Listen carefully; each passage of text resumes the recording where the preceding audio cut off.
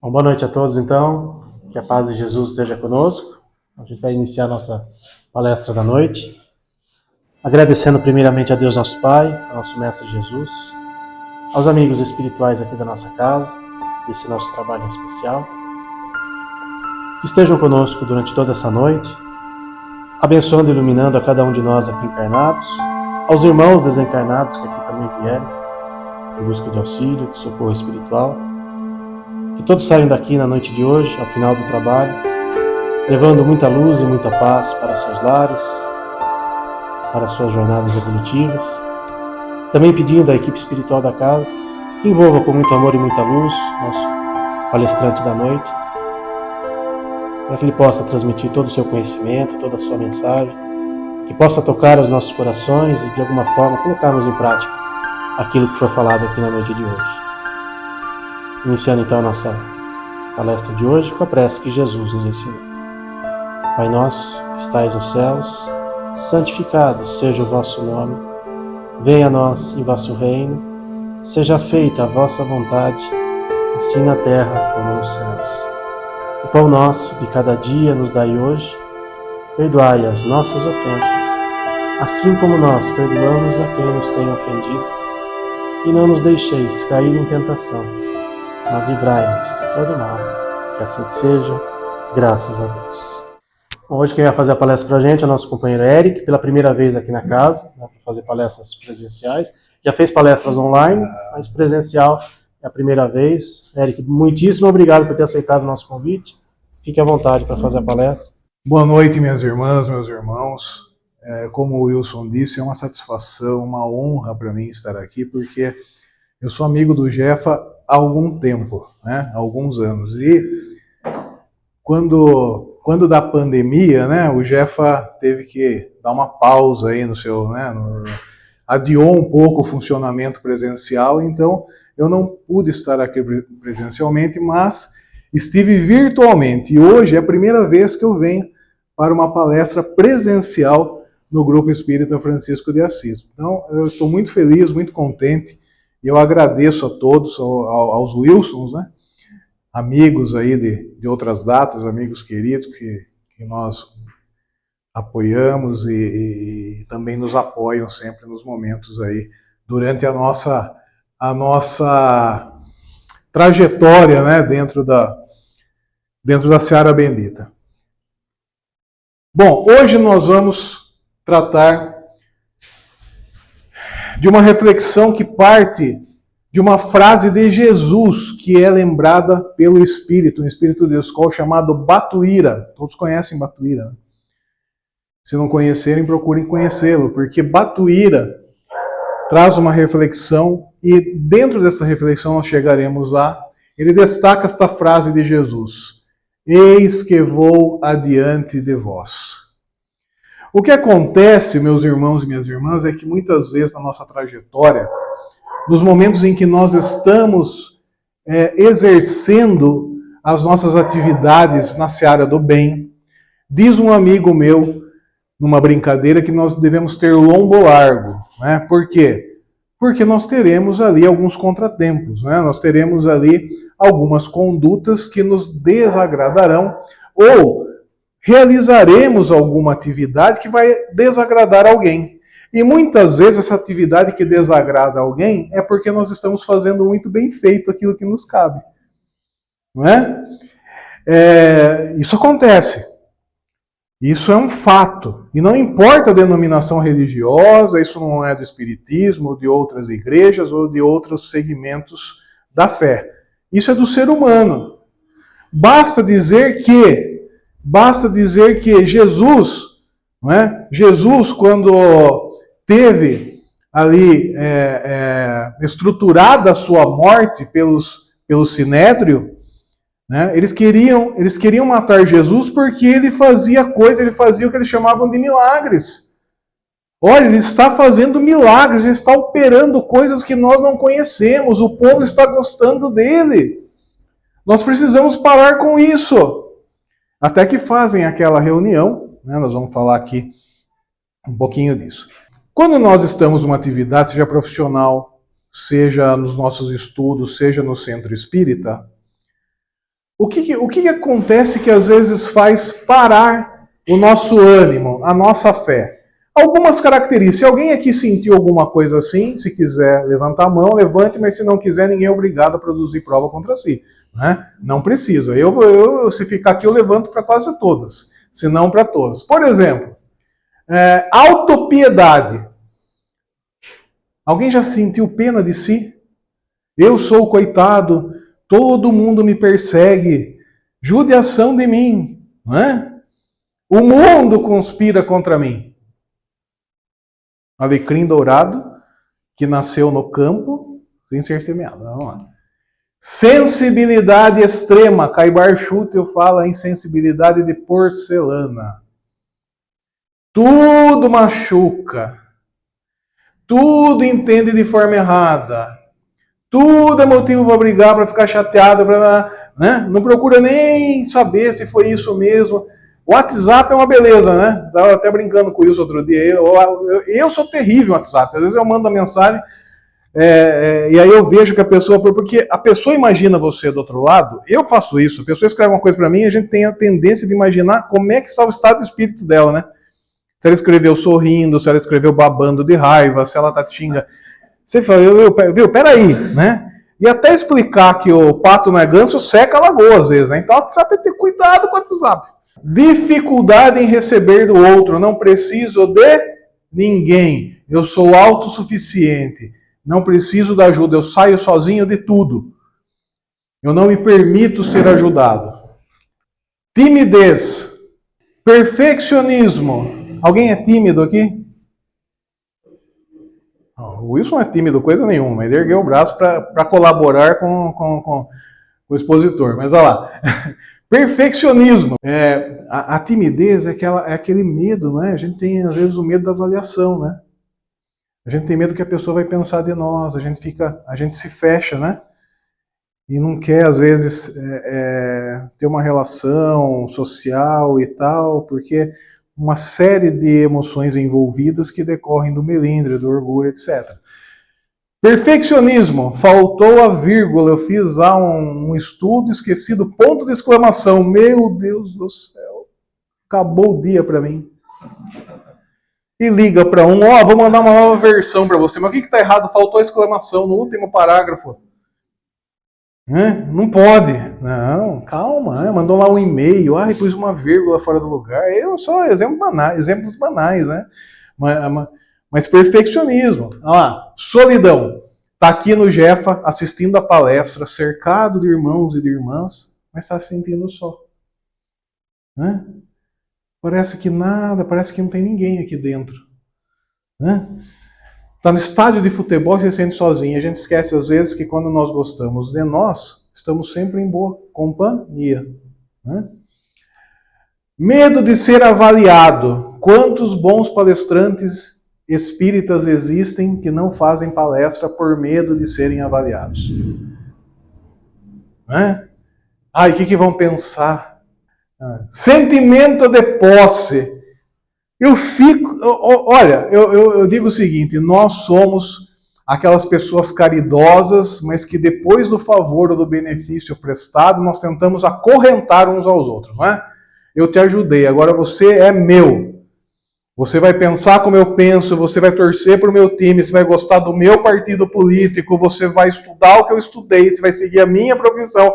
Você não vai ter amizade com quem não gosta de mim ou com quem eu não tenho muita afinidade, porque se você tiver, você é um ingrato, você não está... Não é assim? Imaginem Jesus, quando beneficiava alguém, né, falando, agora você é cristão. Falava isso? Pegue teu leito, levanta, vá, não erres mais para que algo pior não te aconteça. Mas ele, agora você é cristão, discípulo, apóstolo, vai me seguir, vai, né, rezar minha cartilha, nada disso. Mas nós queremos, né? E se alguém aqui tem amizade com aquele vizinho que não vai com a minha cara? Também não é mais meu amigo, não é assim que a gente faz? E quanto que eu ajudei aquela pessoa, aquele ingrato ou aquela ingrata? Tudo isso aqui são formas de manifestação dos vícios que o Espírito da Verdade diz a Kardec que são os radicais, estão enraizados no ser humano. Qual o pior dos vícios? 913 do Livro dos Espíritos. Entre os vícios, qual o que podemos considerar radical? Enraizado, que faz parte de nós como seres humanos. O egoísmo. E aí na outra questão, na 785 do Livro dos Espíritos, qual o maior obstáculo para o progresso? Orgulho e egoísmo. Porque tem os desdobramentos, né? Egoísmo, orgulho, melindre. Agora, dizem que nós temos 43 virtudes. Eu não sei decor as 43. Né? Eu não sei. Mas eu digo a vocês o seguinte. Se nós nos esforçarmos para vencermos este vício que é o radical, nós estamos no caminho virtuoso. Mas eu fui ao centro espírita e não vou mais. Por quê? Porque disseram que eu preciso melhorar em alguma coisa, não gosto de receber crítica, é melindrado. Quando a pessoa é melindrada, ela acha que ela é maior até que a doutrina espírita, não é? Ela se esquece que Bezerra de Menezes dizia o seguinte, o centro é uma escola popular. Quem é que vai para a escola? Quem precisa aprender. Quem é que está aqui no centro? O presidente, o palestrante, as pessoas do departamento, todo mundo está aprendendo. Você não tem que vir no centro porque eu queria trabalhar no grupo mediúnico, mas que me colocaram na recepção. O lugar mais importante do centro é a recepção. Não, mas desde o tempo de Kardec, disse uma vez um irmão para mim. Só que nós temos que colocar em prática, né? Nós vamos aí, às vezes, em algumas denominações, eles abraçam o sujeito da entrada até a hora que o sujeito senta. Não é isso? Acolhimento. E no centro espírita, e outra, olha como nós temos desvantagem. Em alguns lugares se promete o céu, prosperidade. O que alguém prometeu para vocês aqui no GEFA? Riqueza, prosperidade, céu? Alguém falou de umbral para vocês, com certeza. E para não dizer que não deu nada, vocês ganharam um copinho d'água. Depois do passe, ganharam alguma coisa. Então nós temos desvantagem. Enquanto falam de céu, a gente fala de umbral. Não é? A gente não promete nada. A gente nem tenta segurar. Só vem aqui, pode continuar a sua religião, as portas estão abertas. Só que nós somos o quê? Melindrados. Pisou no nosso calo, aquele centro não é bom, vai para lá e vai ficar mudando, vai mudar de religião, vai mudar de centro, né? E aí o que eu dizia a vocês, olha, quando a gente desempenha bem o nosso papel, às vezes de quem a gente menos espera vem a incompreensão. Né? Jesus, por exemplo, aqui eu trouxe a Bíblia, vamos falar da Bíblia agora. A morte de Jesus, né? Que a gente chegou a mencionar no começo. O plano para tirar a vida de Jesus. João 11, 47 e 57. Eu não trouxe todos, não vou ler a Bíblia toda até lá. Mas eu trouxe algumas passagens só, olha só. Então os principais sacerdotes, as pessoas que deveriam ficar felizes por ter alguém operando no meio do povo e fazendo bem, ajudando as pessoas. Então, os sacerdotes e os fariseus convocaram o sinédrio e disseram: que estamos fazendo uma vez que este homem opera muitos sinais? Se o deixarmos assim, todos crerão nele. Olha só, sacerdotes. Depois virão os romanos e tomarão não só o lugar, mas a própria nação. Eles acreditavam que o Messias seria um guerreiro, né, para libertar o povo de Israel. Olha lá, os judeus. Aí o que acontece? Desde aquele dia resolveram matá-lo. Eles falavam assim, é melhor que um morra do que perder a nação de uma vez para Roma. Então ele que morra. Né? E por quê? Porque estava fazendo bem, operando muitos sinais, as pessoas crendo nele. Foi perseguido por fazer bem feito. Já aconteceu isso com alguém aqui? Inveja no trabalho, no meio familiar, não é? Na instituição onde participa, isso acontece. Mas isso não pode ser motivo para que aconteça o que Emmanuel diz para Chico, para nossa fé ficar em ponto morto. Né? Então agora eu não faço mais nada, porque eu só faço se eu tiver tapete vermelho, se me elogiarem. Essa é a mensagem que Jesus nos passa. Serve e passa. Faça a sua parte. Não espere o reconhecimento de ninguém para que você não se frustre. E passe. E aí, dentro do que nós falamos, existe aí uma mensagem de Meimei que está nesse livro aqui, ó, do Valdo Vieira e do Chico Xavier, O Espírito da Verdade, por vários espíritos, são estudos doutrinários. Nessa mensagem aqui que chama Perdoa e Serve. O que Meimei diz? Tiveste hoje motivo de reclamar. Alguém reclamou aqui hoje? Reclamar é clamar duas vezes, né? E se nós espíritos sabemos que nós temos que procurar um ponto de vibração mais alto do que aquela baixa sintonia, que permite que os espíritos que tentam nos prejudicar cheguem perto de nós, no céu e inferno, Kardec usa a expressão ali, ao codificar, ele usa a expressão abutres espirituais, esperando o momento em que as pessoas abaixam a guarda para atacá-las. E quando você não abaixa, se alguém que está perto de você, na sua casa, no seu rol de amizades abaixa, eles atacam aquele para atingir você. Abutres, ele fala, espirituais, esperando o momento do ataque. Se você sintoniza coisas boas, e é difícil, ninguém diz que é fácil, ninguém aqui está dizendo que, mas não, é difícil, isso demora, isso nós temos que aprender a fazer a cada dia dentro da nossa evolução espiritual. Aí eles desistem, falam, não, ali não dá, né? Ali eu não consigo. Mas se toda hora a gente permite, eles vão conseguindo o intento deles, né? De derrubar, principalmente os servidores, aqueles que estão trabalhando pelo bem. No entanto, perdoa e serve quando? Sempre. Sempre. Tá aqui, ó. Mas mensagem de Meimei, reclamem com ela. Perdoa e serve sempre. Medita e perceberás os problemas dos outros. Aquelas pessoas que nos ofendem, que nos machucam, provavelmente nós não sabemos, mas todos nós carregamos as nossas cruzes. Está enfrentando alguma coisa. Ela diz o seguinte, olha os exemplos que ela dá. Alguém levantou a voz procurando ferir-te, mas não lhe viste as marcas da enfermidade com que talvez amanhã se recolha a sombra do hospício. Forte, né? Aqui, Passou renteando contigo, fingindo não te ver? Pensa, contudo, que dentro de breves dias possivelmente buscará em vão esconder os sulcos das próprias chagas. Aquele te furtou, roubando a si mesmo. Aquele outro julga enganar-te, quando ilude a si próprio. E o último exemplo que ela dá é o seguinte. E há quem se suponha colocado tão alto que não teme oprimir-te, para cair em breve tempo sobre o golpe da morte. Qual foi a profissão de Jesus quando ele esteve aqui nessa romagem?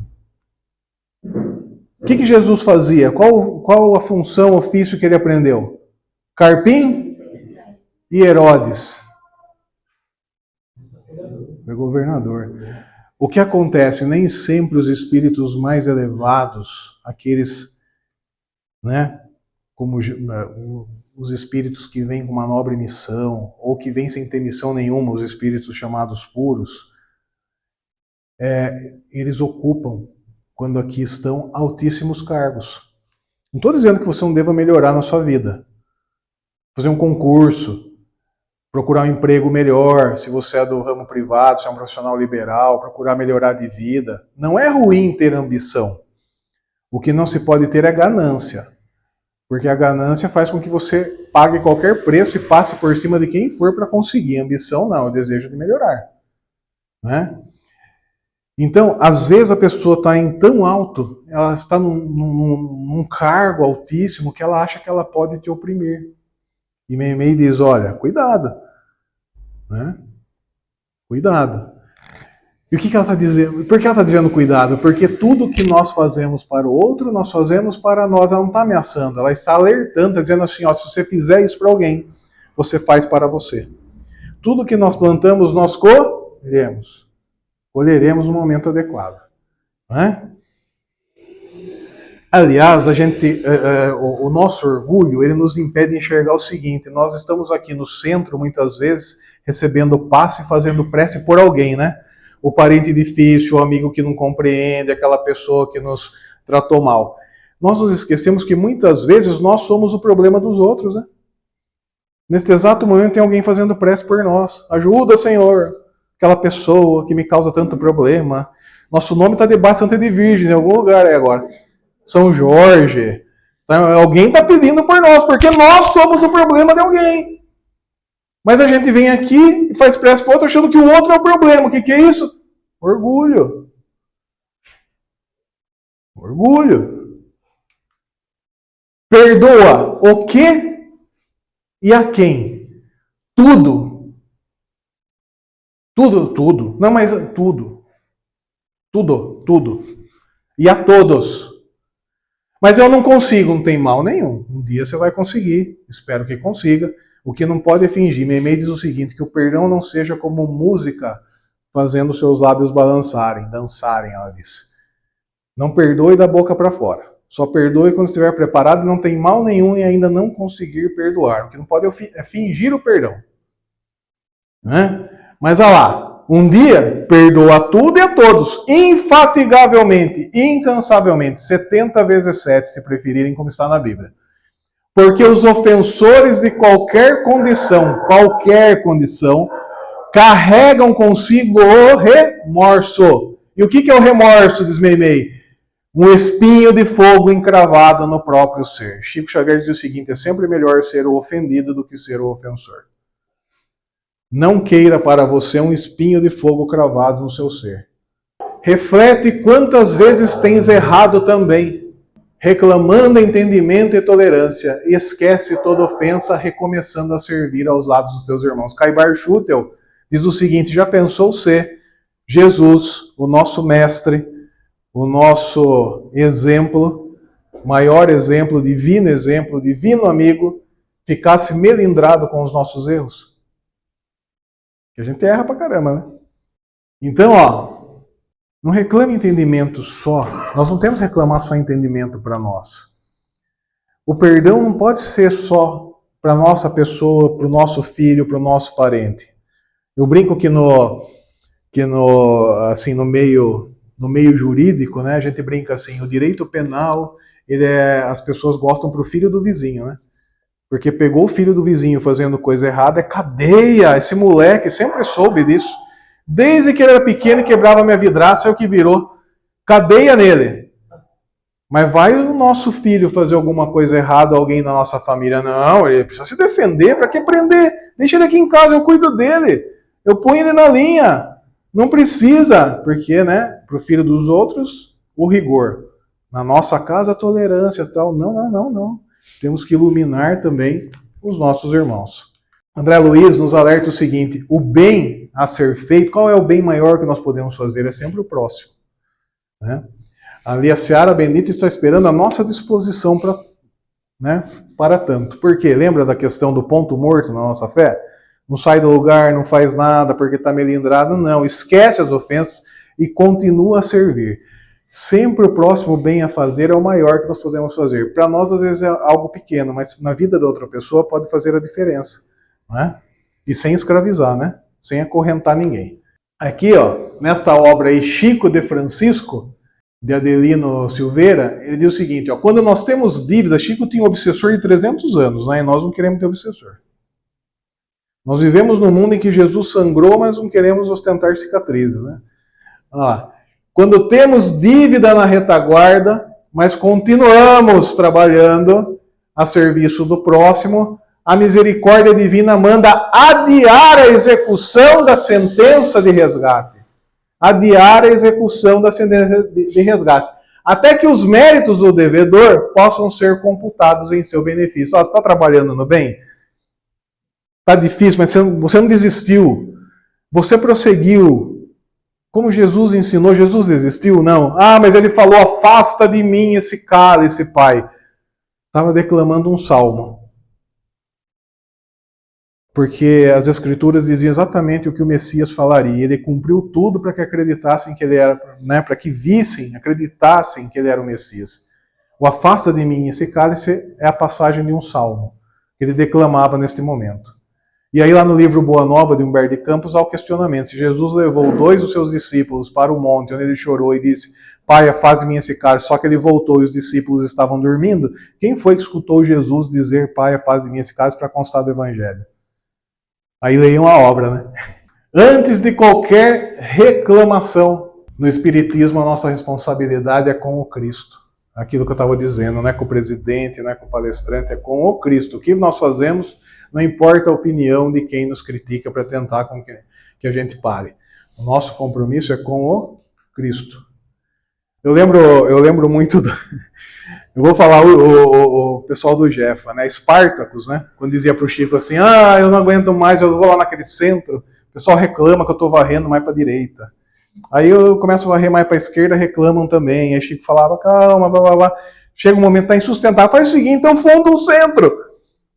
Funda um centro, convida as pessoas que querem atingir os mesmos objetivos, pensam como você, sobre determinadas atividades e vê o que dá. Ele fundou e deu muito certo. Às vezes a gente está no lugar errado também, né? A gente tem que aprender a avaliar isso. O que está acontecendo? Sou eu, é o ambiente onde eu estou, tal, mas não condenar aquelas pessoas que nos criticam, né, usando nosso melindre. Que às vezes realmente é só o nosso melindre mesmo.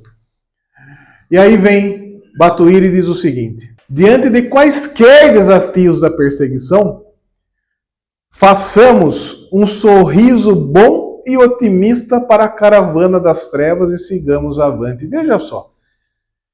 Nós temos relutância em dizer que nós somos o nosso problema, não é isso? O nosso orgulho nos impede de dizer, olha, eu crio as minhas provas, né? Capítulo 5, que é o maior do Evangelho segundo o Espiritismo. Nós criamos as nossas provas. Muito bem. Ao mesmo tempo que isso é difícil de admitir, que eu crio o meu problema, existe aí uma chave libertadora, porque se eu crio o meu problema, eu sou minha solução também. Eu posso parar de criar os meus problemas. Não é? Ao mesmo tempo que eu sou o problema, eu posso ser a solução da minha vida. Ao invés de ficar esperando, né, orgulhosamente, porque a gente quer isso, né, que Jesus mostre para nós que ele é Jesus. Ó, faz alguma coisa na minha vida, eu não acredito mais em você. Se você é Jesus, você mostra para mim. Arruma o que está errado aí. Né? E é o contrário, né? Jesus não precisa provar nada para nós. E disse-nos Jesus, eis que vou adiante de vós. Se Jesus vai adiante de nós, por que nós temos tanto medo dos problemas que surgem no nosso caminho? Aqui, ó, o eterno amigo vai à nossa frente e aplanará para nós como sempre. Olha que interessante. Jesus vai à nossa frente, o nosso divino amigo, e aplanará como sempre todos os caminhos. Porque um momento de crise, um momento de tristeza, ele não pode ser eterno, ele passa, como os momentos de alegria também passam, não é isso que nós aprendemos aqui?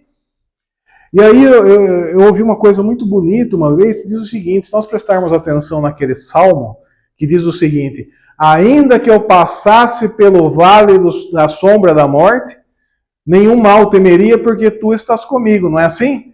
Que está lá? Repararam que o salmista diz, ainda que eu passasse, ele não diz ainda que eu ficasse. Né? Então, lugar de sofrimento é passagem. E se estivermos com Jesus, passamos muito melhor do que sozinhos.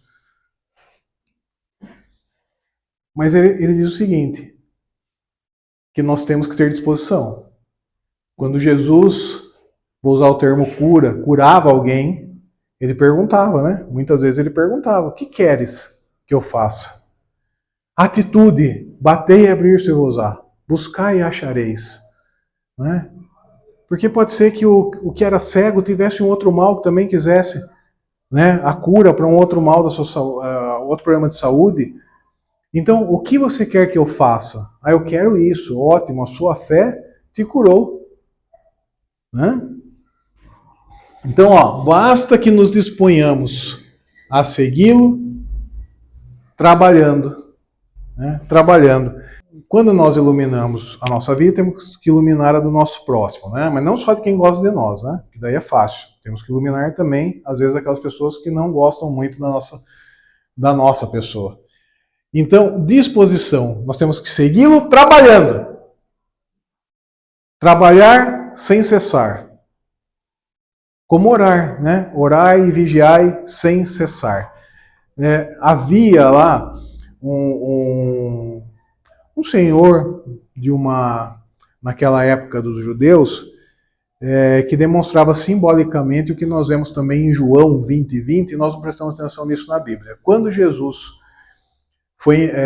ressuscita, segundo a Bíblia, né? Quando ele ressuscita e as pessoas que vão procurá-lo entram no sepulcro, os lençóis que estavam sobre o corpo de Jesus estão amontoados ali, estão em cima, abandonados, né? Meio que caídos e tal.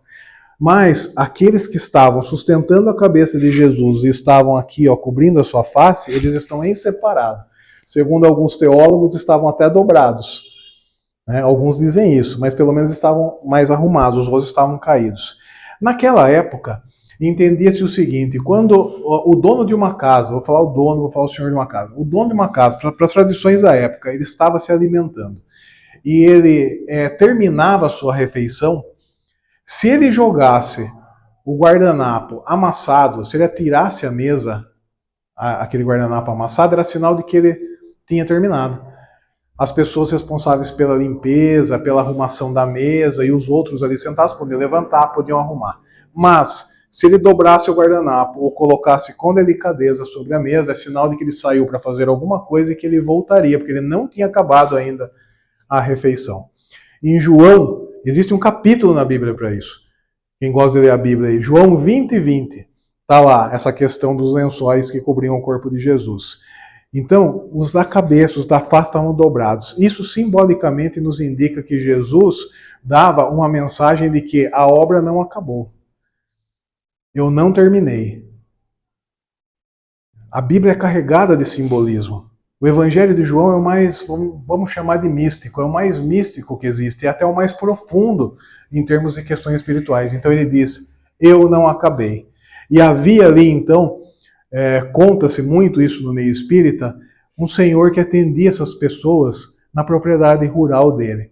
E ele começou atendendo poucas, aquilo foi aumentando, e todo dia ele acordava naquele mesmo horário para conversar com a pessoa, dar comida para a outra, tentar resolver o problema, e aquilo foi aumentando, tomando uma proporção, formando filas na porta dele. Só que ele tinha um sonho, ele queria um dia encontrar Jesus, porque ele falou assim, eu ajudo tanta gente, e eu queria um dia ter uma tarde com Jesus. Jesus fez cafuné, imagina, Jesus fez cafuné, me agradasse, me ouvisse e tal. Eis que um belo dia ele acorda e na poltrona ali, à frente da cama dele, está um espírito, né? Um espírito que ele identifica como Jesus, e ele diz, mestre, sim, sou eu. Hoje, você ajuda tanta gente. Chegou a sua vez, eu ouvi as suas preces, hoje eu estou aqui. Hoje eu vou passar a tarde com você, vou fazer o cafuné que você queria, você vai me falar dos seus problemas, nós vamos trocar uma ideia, né? Aquela coisa toda, e ele ficou feliz da vida, mas eis que o pessoal lá da casa bate na porta e fala, viu, olha aí pela janela, o pessoal está esperando você, uma fila de pessoas, pessoas precisando de ajuda, precisando conversar, desabafar, pegar alimento, enfim.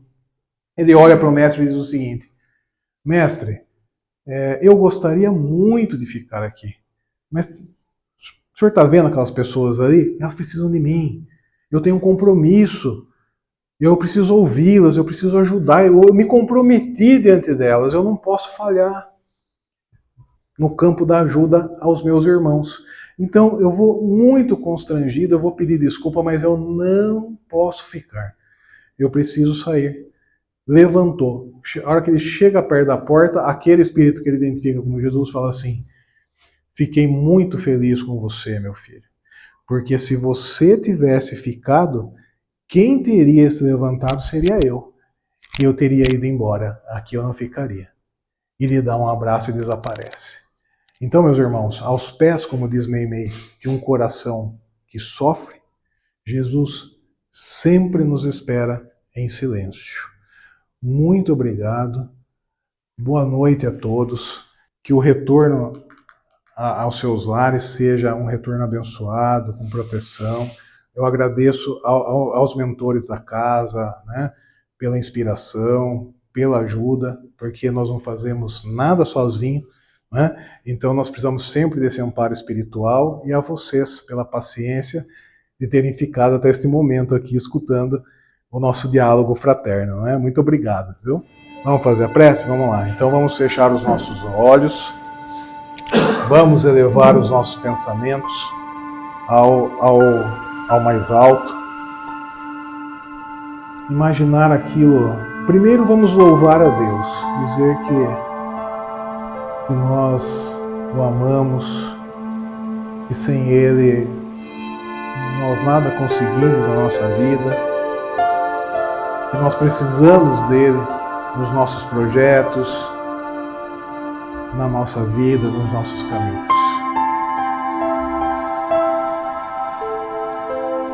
Agora nós vamos agradecer.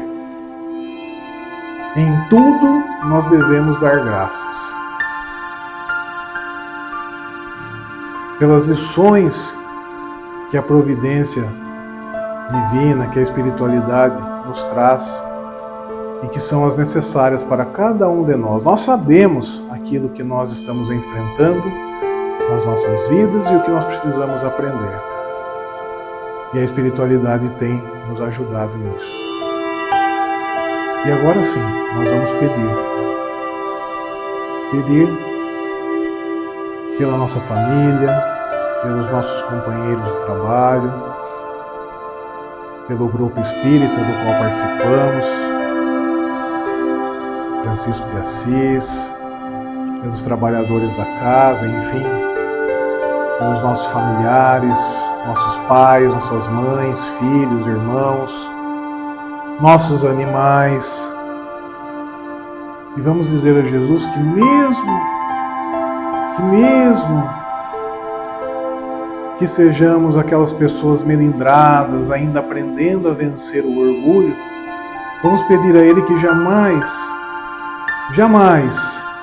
se ofenda, jamais se sinta melindrado diante dos nossos erros. Que assim seja.